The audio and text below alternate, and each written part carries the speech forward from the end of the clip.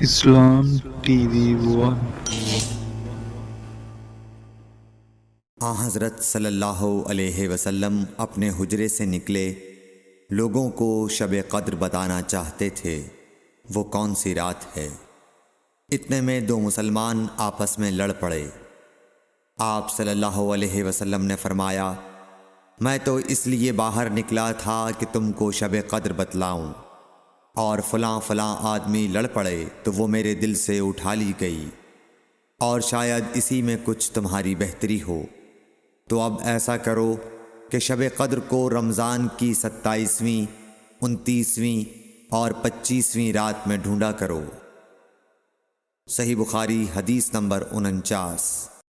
ہرقل شاہ روم نے ابو سفیان سے کہا، میں نے تم سے پوچھا تھا کہ اس رسول کے ماننے والے بڑھ رہے ہیں یا گھٹ رہے ہیں؟ تو نے جواب میں بتلایا کہ وہ بڑھ رہے ہیں۔ ٹھیک ہے، ایمان کا یہی حال رہتا ہے یہاں تک کہ وہ پورا ہو جائے۔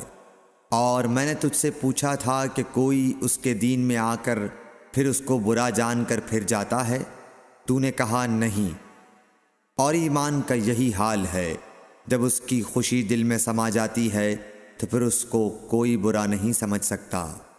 صحیح بخاری حدیث نمبر 51۔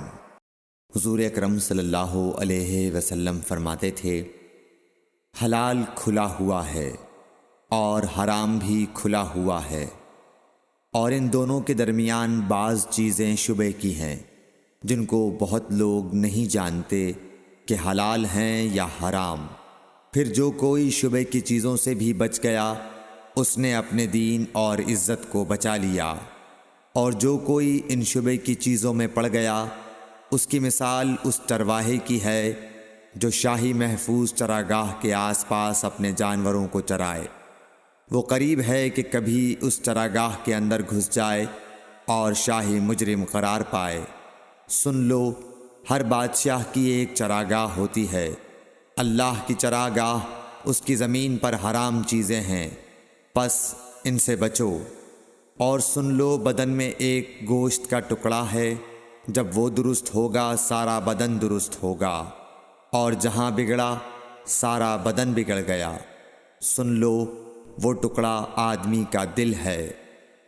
صحیح بخاری حدیث نمبر 52۔ عبد القیس کا وفد جب حضرت صلی اللہ علیہ وسلم کے پاس آیا تو آپ نے پوچھا کہ یہ کون سی قوم کے لوگ ہیں یا یہ وفد کہاں کا ہے؟ انہوں نے کہا کہ ربیعہ خاندان کے لوگ ہیں۔ آپ صلی اللہ علیہ وسلم نے فرمایا، مرحبا اس قوم کو یا اس وفد کو، نہ ذلیل ہونے والے نہ شرمندہ ہونے والے، یعنی ان کا آنا بہت خوب ہے۔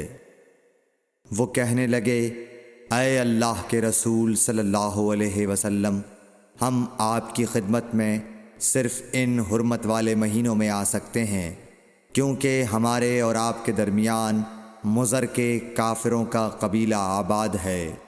پس آپ ہم کو ایک ایسی قطعی بات بتلا دیجئے جس کی خبر ہم اپنے پچھلے لوگوں کو بھی کر دیں جو یہاں نہیں آئے، اور اس پر عمل درآمد کر کے ہم جنت میں داخل ہو جائیں۔ اور انہوں نے آپ سے اپنے برتنوں کے بارے میں بھی پوچھا۔ آپ صلی اللہ علیہ وسلم نے ان کو 4 باتوں کا حکم اور 4 قسم کے برتنوں کو استعمال میں لانے سے منع فرمایا۔ ان کو حکم دیا کہ ایک اکیلے خدا پر ایمان لاؤ۔ پھر آپ صلی اللہ علیہ وسلم نے پوچھا کہ جانتے ہو ایک اکیلے اللہ پر ایمان لانے کا مطلب کیا ہے؟ انہوں نے کہا کہ اللہ اور اس کے رسول ہی کو معلوم ہے۔ آپ نے فرمایا کہ اس بات کی گواہی دینا کہ اللہ کے سوا کوئی معبود نہیں، اور یہ حضرت محمد صلی اللہ علیہ وسلم اس کے سچے رسول ہیں، اور نماز قائم کرنا اور زکوٰۃ ادا کرنا اور رمضان کے روزے رکھنا، اور مال غنیمت سے جو ملے اس کا 5واں حصہ مسلمانوں کے بیت المال میں داخل کرنا، اور 4 برتنوں کے استعمال سے آپ صلی اللہ علیہ وسلم نے ان کو منع فرمایا، سبز لاکھی مرتبان سے، اور کدو کے بنائے ہوئے برتن سے، لکڑی کے کھودے ہوئے برتن سے، اور روغنی برتن سے، اور فرمایا کہ ان باتوں کو حفظ کر لو اور ان لوگوں کو بھی بتلا دینا جو تم سے پیچھے ہیں اور یہاں نہیں آئے ہیں۔ صحیح بخاری حدیث نمبر 53۔